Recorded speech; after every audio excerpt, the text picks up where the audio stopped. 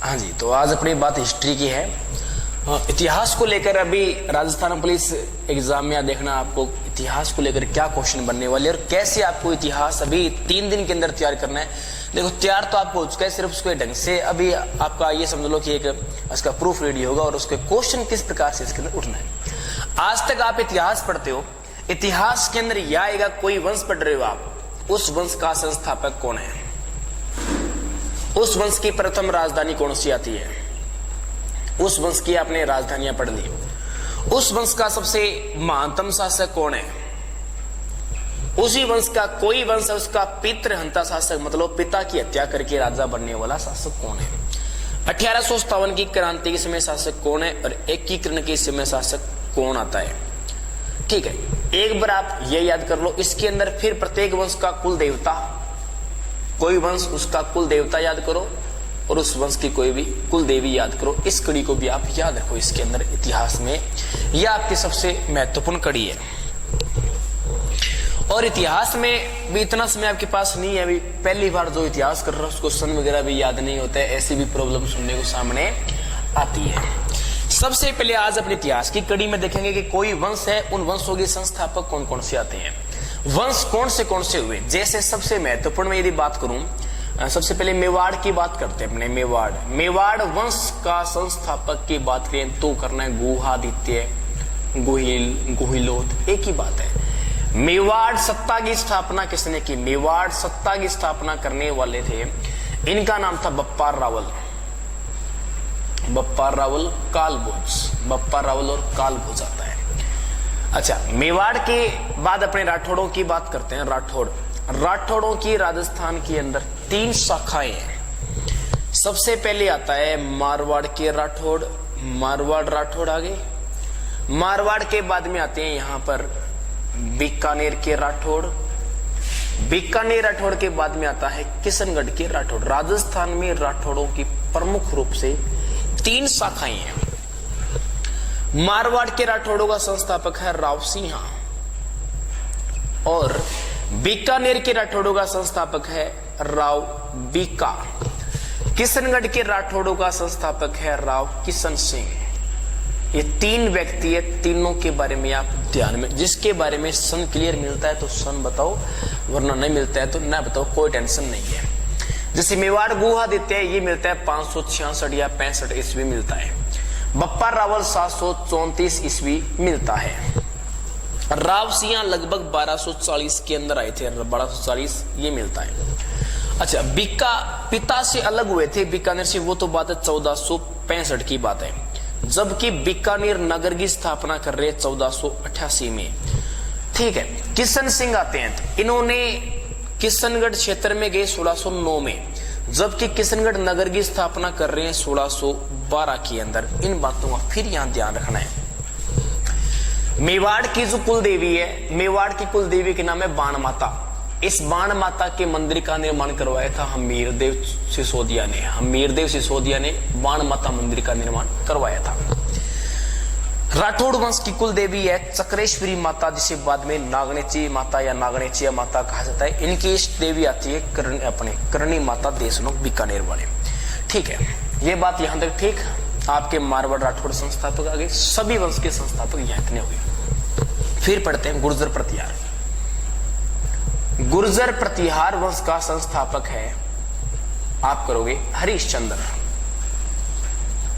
फिर आता है गुर्जर प्रतिहार वंश का वास्तविक संस्थापक कौन है, तो बात करें यहां आएगा नागभट्ट। वो नागभट्ट भी 2 आए थे, पहला या दूसरा, नागभट्ट प्रथम।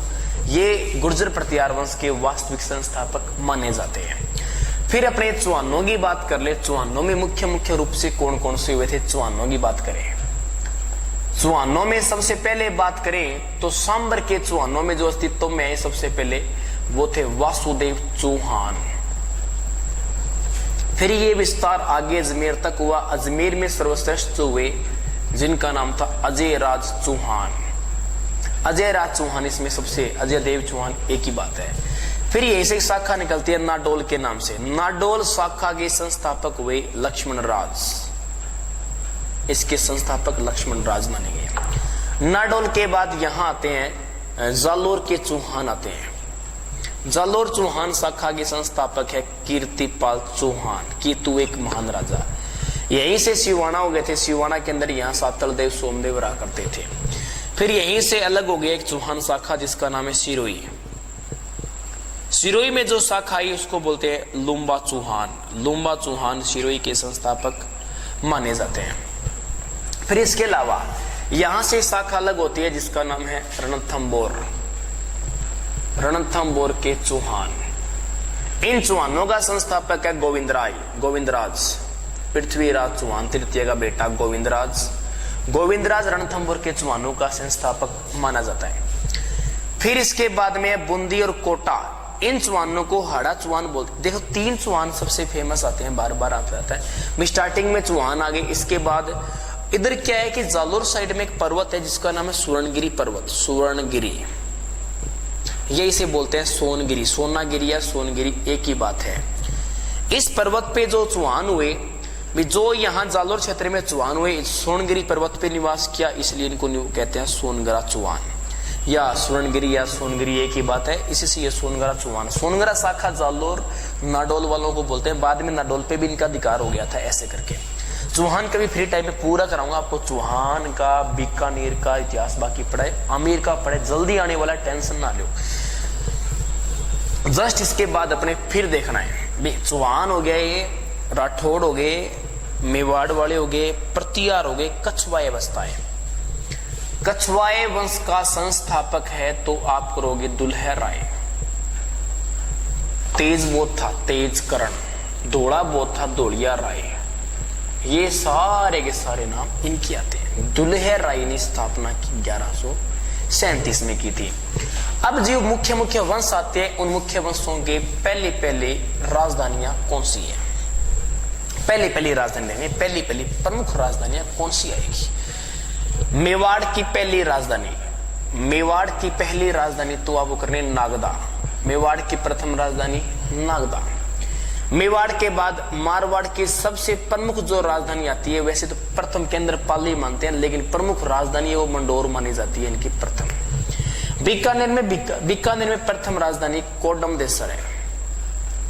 बीकानेर की प्रथम राजधानी या प्रथम केंद्र तक कोडमदेसर इसके अंदर आता है। फिर कछवाए शासकों की पहली राजधानी बनाई गई दौसा, बाद में बनाई गई थी मांस बोले तो या मांसी, ये इसको जमुआर रामगढ़ बोला गया, बाद में जमुआर रामगढ़, इसमें एक ही बात आती है। ठीक है, बाद में यहाँ कछवाओं में आमेर बन गई। आमेर के बाद यहाँ लास्ट में बनाई थी यहाँ पर, जिसे आप जयपुर बोलते हो, तो इस प्रकार से ये प्रमुख नाम आता है कछवाए के बाद में मुख्य वंश देखो, राजधानी एक प्रतिहार वंश हो रहा है, गुर्जर प्रतिहार वंश की राजधानी सबसे पहले बनी थी मंडोर के बाद बनी थी मेड़ता के बाद बनी थी राजस्थान में भिनमाल। 3 तो राजस्थान में, 2 राजस्थान से बाहर है, एक है कनौज यूपी में, और जो अंतिम राजधानी आती है वह ग्वालियर। इसके साथ उज्जैन सबसे प्रमुख केंद्र रहा था, उज्जैन। ठीक है, ग्वालियर राजधानी आती है प्रतिहार वंश की। ये प्रमुख वंशों की राजधानियां आ गई। इनको आप एक बार ढंग से याद कर ही लेना, ज्यादा नहीं है तो आप इसको 3 बार तो सुबह शाम दोपहर 3 टाइम तो इसको पानी के साथ ले लेना, कामयाब है। ये दवाई है पूरी असरकारक, औषधि है पूरी रामबाण। इसके बाद पढ़ना है पिता को मारने वाले राजा, जिन्हें बोलते हैं पितृहंता शासक। पिता को मारने वाले पितृहंता कहलाते हैं। सबसे पहले बात करें गुर्जर प्रतिहार वंश में पिता को मारने वाला शासक कौन हुआ? गुर्जर प्रतिहार वंश में हुआ था, शासक का नाम है मिहिर भोज शासक था। इसने अपने बाप को मारा जिसका नाम था रामभद्र को सल्टाया था मिहिर भोज ने। फिर बात करते हैं मेवाड़ के अंदर पितृहंता राजा है उद्दा, या इसे उद्दा सिंह भी बोल देते हैं। इसने अपने बाप कुंभा को मारा था, कुंभा को मार दिया। फिर बात आती है मारवाड़ के अंदर। जोधपुर में तो 2 हो गए मारवाड़ में। पहला मानते हैं मालदेव को, जबकि कुछ इतिहासकार समर्थन नहीं करते हैं इसका। मालदेव ने अपने पिताजी को धक्का देके मारा था, बताते हैं कुछ, पर ये कुछ ऐसा भी मानते हैं जिसका नाम है गंगा। एक आता है बख्त सिंह, मारवाड़ में बख्त सिंह आता है। बख्त सिंह ने मारा था अबे सिंह को मारा था बख्त सिंह ने।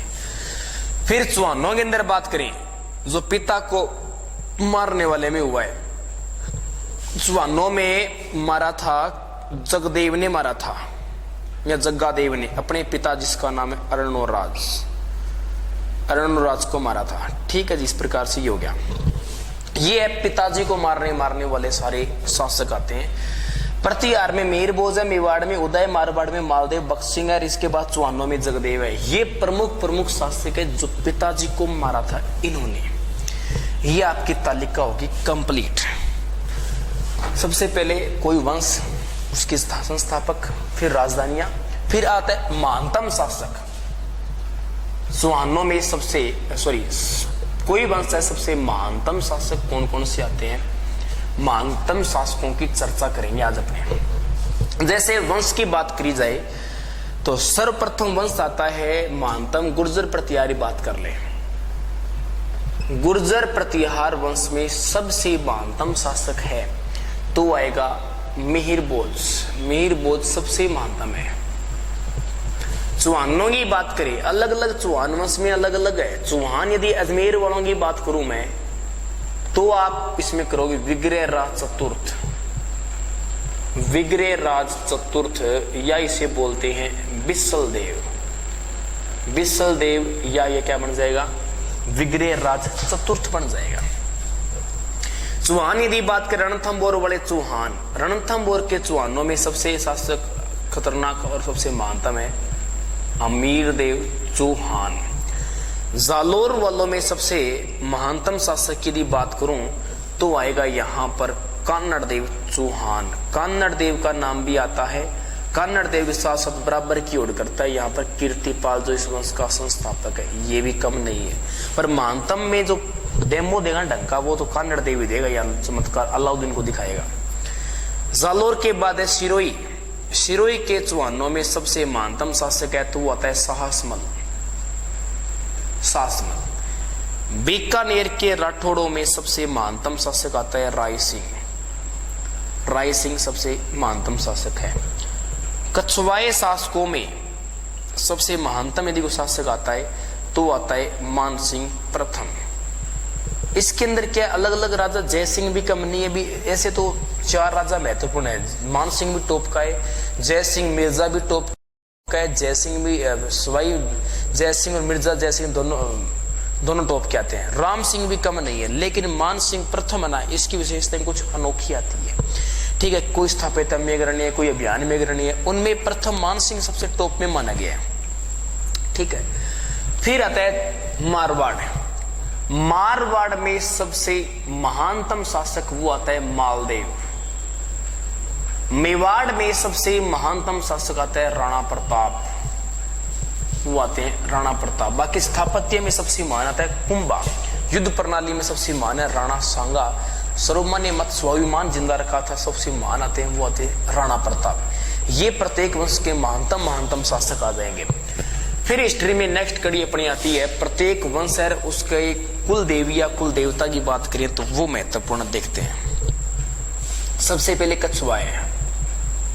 कछवाए शासकों की कुल देवी का नाम है जमुवाए माता, यानी बोलते हैं बुढ़वाए माता या कछवाए माता एक ही बात है। नेक्स्ट इसके बाद अपने करते हैं जैसे अपना मेवाड़ का गोहिल वंश। मेवाड़ के गोहिल वंश की माता आती है बाण माता। जमुवाए माता मंदिर बनवाया था दुल्हा राय ने, और इधर बाण माता मंदिर बनाया था हमीरदेव सिसोदिया ने। फिर आता है इधर मारवाड़ की कुल देवी इधर आ जाती है जिसका नाम है नागनेची माता। इसका निर्माण करवाया था दूहड़ ने, और इसी मंदिर नागनेची माता का मंदिर जोधपुर में बनवाया था वो थे राव जोधा। चौहानों की कुल देवी वो है शाकंभरी माता ये आती है सांबर जयपुर के अंदर।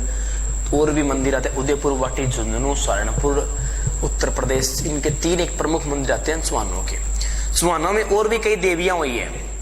रणथंभौर के चौहानों की कुल देवी भी शाकंभरी माता ही आती है, शाकंभरी आ जाएगी। फिर आता है नाडोल के चौहानों की कुल देवी, तो करना पड़ेगा आशापुरा माता। ये आशापुरा माता है नाडोल वाली माता है कि अलग अलग क्षेत्र है। फिर करना है जालोर व सिवाना के चौहानों की कुल देवी कौन सी है, तो करोगे आशापुरा माता। इसमें माता जी का पेट बाहर निकला हुआ है, पेट मोटा है, महा है, उदर, इसी बोलते हैं महोदर या महोदरी, मोटे पेट वाली महोदरी माता। जालोर में का मंदिर है इनका। फिर आता है सिरोही वाले चौहानों की कुल देवी, सिरोही वाले चौहानों कुल देवी है अर्बुदा देवी। ये राजस्थान का देवियों में सबसे ऊंचा मंदिर है, अर्बुदा देवी आता है सिरोही के अंदर। इसके बाद हाड़ौती क्षेत्र में कोटा बूंदी वाले चौहान है, कोटा बूंदी वाले चौहान, इनकी कुल देवी आती है, इधर आ जाती है अपनी अर्बुदा देवी। इसके बाद में बधाना माता, बधाना माता कोटा में, मूठ की देवी बोलते हैं इसे, छू मंत्र करते हैं लोग, ये करवा दिया, वो करवा दिया, जादू टोनेर वगैरह, इनकी इलाज के लिए बहुत फेमस देवी है बधाना माता। ये प्रमुख देवियां आ गई। और अपने कौन से वंश रह गया, इसमें रह गया गुर्जर प्रतिहार वंश। गुर्जर प्रतिहार वंश की कुल देवी है चामुंडा माता, ये आ गई चामुंडा माता। फिर आता है जाटों की कुल देवी, जाटों की कुल देवी आती है राजेश्वरी माता, राजेश्वरी माता भरतपुरी जाटों की कुल देवी आती है। फिर इसके बाद में मीणाओं की कुल देवी, तो इधर आती है जीवन माता।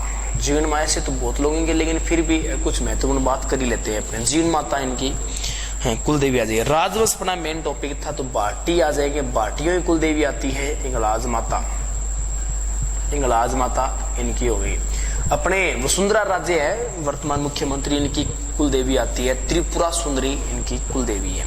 ये प्रमुख पढ़ लेना, तो काम चल जाएगा।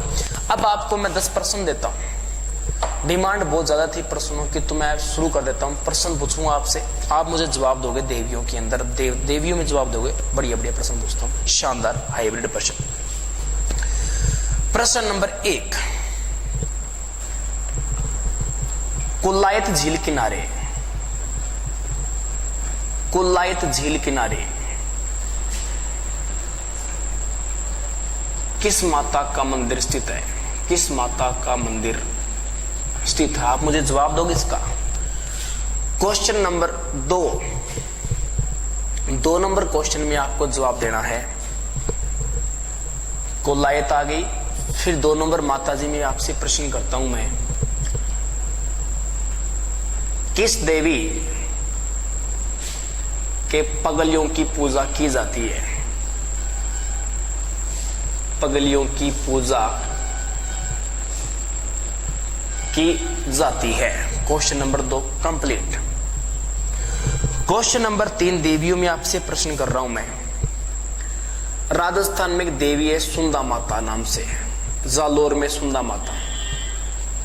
सुंदा माता जालोर पे प्रथम बार रोपवे लगा था, रोपवे बोले तो उड़न खटोला। रोपवे कब शुरू हुआ, रोपवे कब शुरू हुआ? नंबर 4, नीमच माता, नीमच माता का मंदिर किस झील किनारे स्थित है, किस झील किनारे स्थित है? अच्छा, क्वेश्चन नंबर 5, डाकुओं की कुल देवी कौन सी है, डाकुओं की कुल देवी कौन सी है, डाकुओं की कुल देवी कौन सी है? अच्छा, नंबर 6, एक आती है केसर वाली देवी, जहां पर केसर टपकती है, वो है आई माता। आई माता के अलावा कौन सी माता है जहां केसर टपकती है? केसर वाली देवी जहां केसर टपकती है, आई माता के अलावा, आई माता मंदिर बिलाड़ा जोधपुर में। आई माता के अलावा और कौन सी देवी आती है जहां केसर वाली देवी कहलाती है या केसर टपकती है? 6वां प्रश्न हो गया। 7वां प्रश्न आपके लिए उठता है, ऐसी कौन सी देवी है, कौन सी देवी है जो 2 जातियों के बीच में विवादों में है, केस चल रहा है जिसको लेकर? एक है नाई जाति, दूसरा है मीणा जाति। इन 2 जातियों में केस चल रहा है, पूजा पाठ को लेकर चल रहा है। वो देवी कौन सी है? इनके दोनों में आपस में विवाद चल रहे हैं। इसके बाद क्वेश्चन नंबर 8, रानी सती नाम आता है झुंझुनू। रानी सती के मंदिर में मेला बढ़ता था, इस मेले पर रोक लग गई है। इस मेले पर रोक कब लगी थी? इस मेले पर रोक कब लगी थी? आप इसका जवाब दोगे मुझे। क्वेश्चन नंबर 9, क्वेश्चन नंबर 9 आएगा, आमेर के अंदर एक मूर्ति स्थापित है। आमेर के अंदर जो मान सिंह लेकर आए थे, आमेर की मूर्ति जिसे मान सिंह लेकर आए थे, वो बंगाल के किस स्थान से ले गई थी? वो बंगाल के किस स्थान से ले गई थी मूर्ति? इस बात का जवाब देना है। फिर next question number 10 number question अब आता है, राजस्थान की कौन सी देवी है? राजस्थान की कौन सी देवी है? एक रानी सती थी, रानी सती या सती माता भगवान शिव की जो पत्नी थी, चक्र से वो 84 टुकड़े किए थे उनके, तो उनमें से कौन सी देवी ऐसी है जहां पर इस सती का अंग माना गया या उनका कोई शरीर का टुकड़ा गिरा था, वहां एक मंदिर बना हुआ है? ऐसा राजस्थान में कौन सा मंदिर, आप इसके बारे में बताओगे? कौन सा मंदिर ऐसा है जो भगवान शिव की पत्नी रानी सती थी, उनका अंग माना गया मंदिर? कौन से जिले में आता है? जोधपुर में आता है, जैसलमेर में आता है, बीकानेर में आता है या हनुमानगढ़ में आता है? 4 आपको ऑप्शन दे रहा हूं, मेरे में से आप बताओगे और माता का नाम बताओगे कौन सा। लास्ट 11 कर देते हैं, देवी है, कर्मों में कार्य लगी जाएगी। 11वीं देवी फिर आपको पढ़ाते हैं, शानदार सी देवी। आप इसके 11वीं देवी के बारे में बताओगे। एक देवी जिसका नाम है केला देवी। केला देवी, केला देवी के मंदिर के सामने कुछ लोग झाड़ फूंक का इलाज करते हैं, और झाड़ फूंक का जो इलाज करते हैं वो कौन सी जाति के लोग आते हैं यहाँ झाड़ फूंक का इलाज करते हैं, और किस पेड़ के नीचे करते हैं? आप मुझे बताओ। ये 11 प्रश्न आपके लिए, और आप इसमें कमेंट करोगे बढ़िया बढ़िया शानदार, गलत नहीं बताना है, जांच परख करनी है। इसके आंसर आपको मैं सारों के मैं बताऊंगा इनके आंसर क्या है नेक्स्ट वीडियो के अंदर। ओके, धन्यवाद। क्वेश्चन करो, आंसर